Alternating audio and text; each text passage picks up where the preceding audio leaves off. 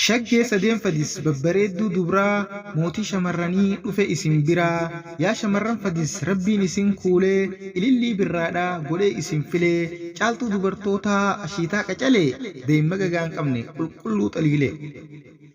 Lookoo dubra fadis namuu isin qaalaa isinumaaf kanne amalaa fi haalaa biifti teessanilleen diimtuu fi magaalaa shamarran addunyaa hunda isinii caalaa akka malee beeytan keessattuu jaalala akka malee beeytan keessattuu jaalala.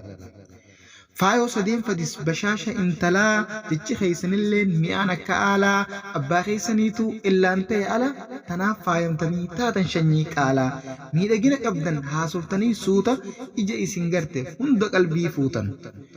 Cufaa isinirraa deema uffanni uffattuu ijji isin garte isin biran kuttuu ajajjatta waggaa simannaa siif gootu akka daawwititti keessatti of gartaa yaa shamarran fadis akka aduu iftaa.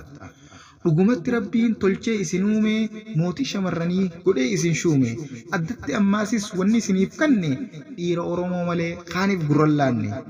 Shaggee dubra fadis sadeen ilmaan alaa akhlaaqni keessan kun haalaan namatti tola bubbuu fi gutayyuu sadaffaan diiramuu hin danda'u gonkumaa waa'ee keessan himuu.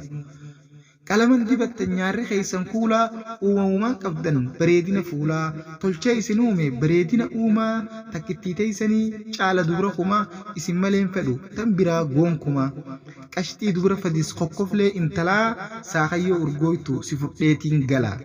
Sageen fadis lookoo dubraala sibira bakkaadoolee shanii teetiin kaala gaana jabaa.